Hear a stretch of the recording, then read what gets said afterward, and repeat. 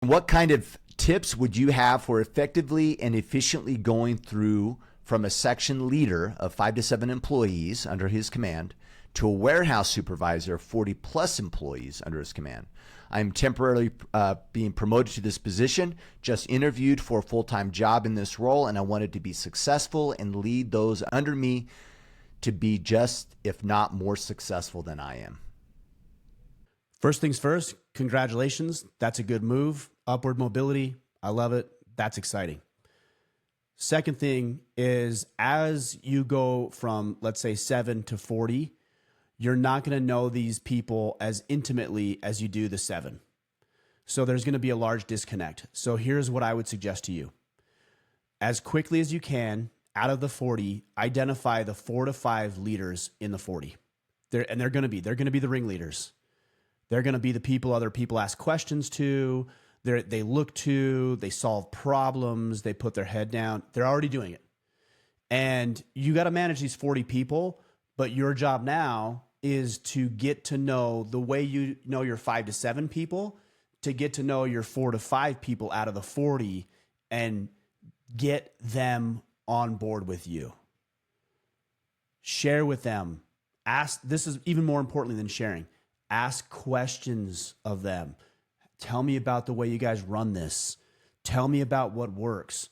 Tell me what doesn't work. If you were in my position, what would you do differently than you're doing today?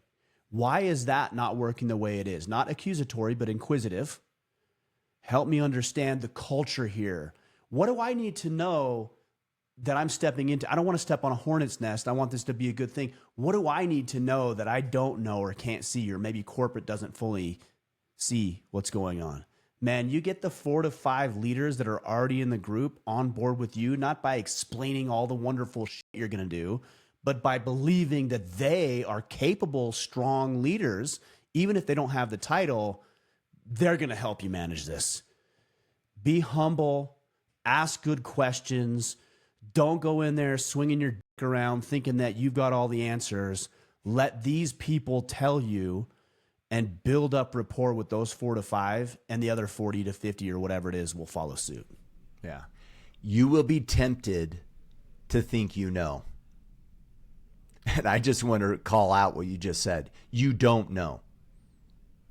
You're not going to know. So stop assuming that you and your ivory tower have all the insights of what's going on. Mark my word. You think you do, but you don't. Right? And until you're asking the questions, you're not going to.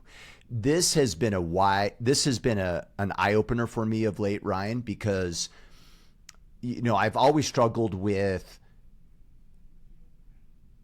being in a position of authority and thinking that regardless of where you are in the org structure, you can have a really big impact on all the employees.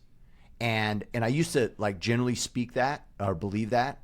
And I actually don't think I agree anymore. And it's really just based upon what you just said, is you can't know them. And there's a big difference between being a position of authority and being a position of influence. And be careful, because your authority comes with a stick. And you can make movements and you can do things, but you don't want to be influencing people using your position of authority. You need to be using influence